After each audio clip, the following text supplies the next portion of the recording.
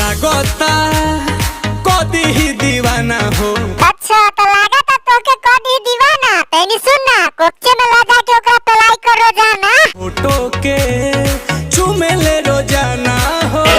तोर फोटो के चूमे हो रोजाना तो सुनना तू नहीं कर माना तो अपन मोटका वाला ओकरा मुंह में खिया दे बनाना। और कथी माने तोरा बता तो कनी हमरा। और मान ले बिया हमके पहती। ओहो तो मान ले तोरा पति तो हम कहियो अब कथी लाजो कक्षे में पलाई कर घपा घप और कथी करे तोरा बता तो।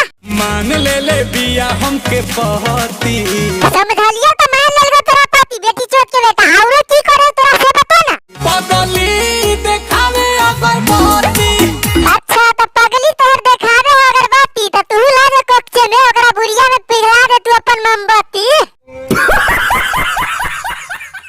रहतिया जागल कथी ला जागल रहे हो पेलवावे खातिर की।